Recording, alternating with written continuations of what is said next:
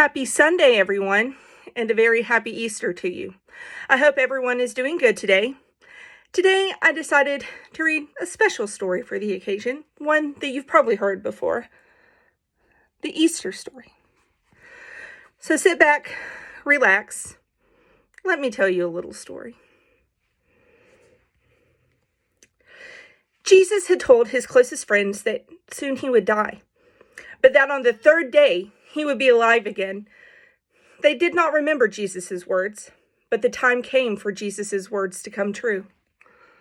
There he is with two of his disciples, telling them what's about to happen. On Sunday, Jesus sent two disciples into a little village. "You will find a donkey which no one has ever ridden. Bring the donkey to me," Jesus said. "If someone asks what you are doing, say, 'The Lord needs the donkey.'" The disciples obeyed Jesus and brought the donkey to him.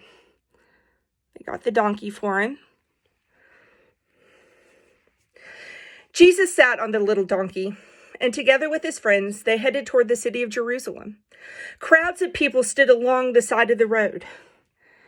There they are, waiting for Jesus to come by. And what are those branches? Have you heard of those? Those are palm branches. That's where Palm Sunday comes from. They waved large palm branches and shouted, "Hosanna! Blessed is he who comes in the name of the Lord." There's Jesus riding through the streets.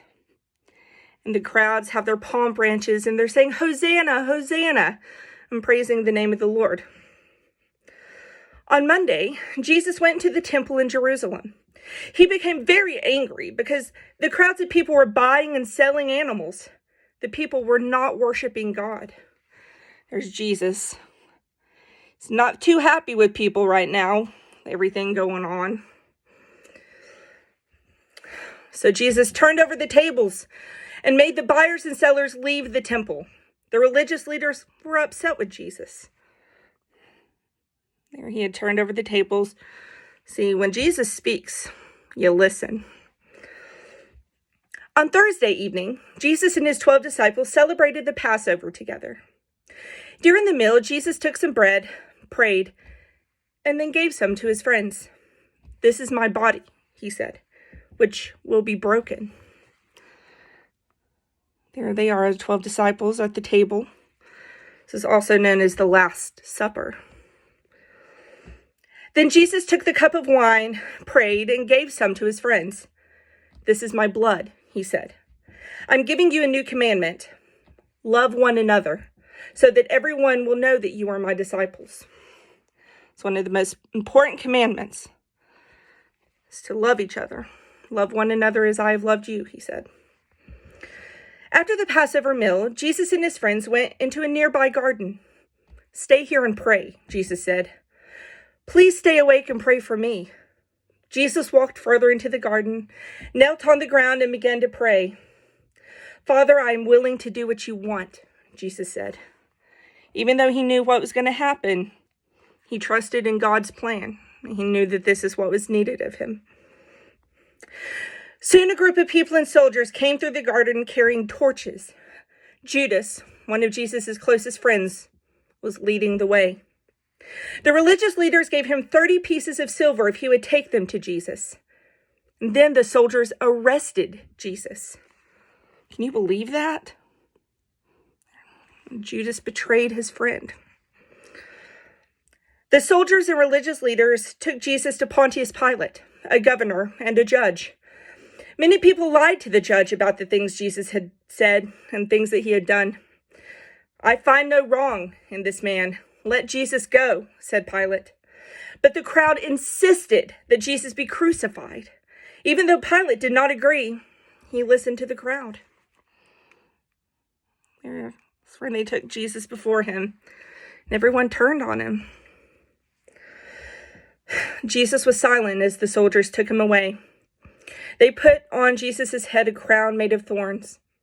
The soldiers nailed Jesus to a cross. Jesus was heard praying, "Father, forgive them." Even though it was daytime, the skies grew dark, and for 3 hours they stayed that way. Jesus said in a loud voice, "It is finished." And then he died. There they are up on the hill. The hill was called Calvary. It's the hill that he was crucified on. Friends of Jesus placed his body in a tomb. A large stone was rolled in front of the entrance. Soldiers guarded the tomb so that no one would take Jesus' body. There they are guarding the tomb. Put a large stone in front of it and thought that that was going to hold Jesus. Silly. On Sunday morning, 2 women, both named Mary, came to the tomb. They found the stone rolled away from the entrance. An angel was sitting on the stone. He said, "Jesus is not here. He is alive. Go quickly and tell his friends." The women ran back to the others. "Jesus is alive. He is risen," shouted the women. The friends did not believe the women. Peter, one of Jesus' closest friends, ran to the tomb. He looked inside and found only the cloth that had wrapped Jesus' body. See, the stone is no more in front of the door.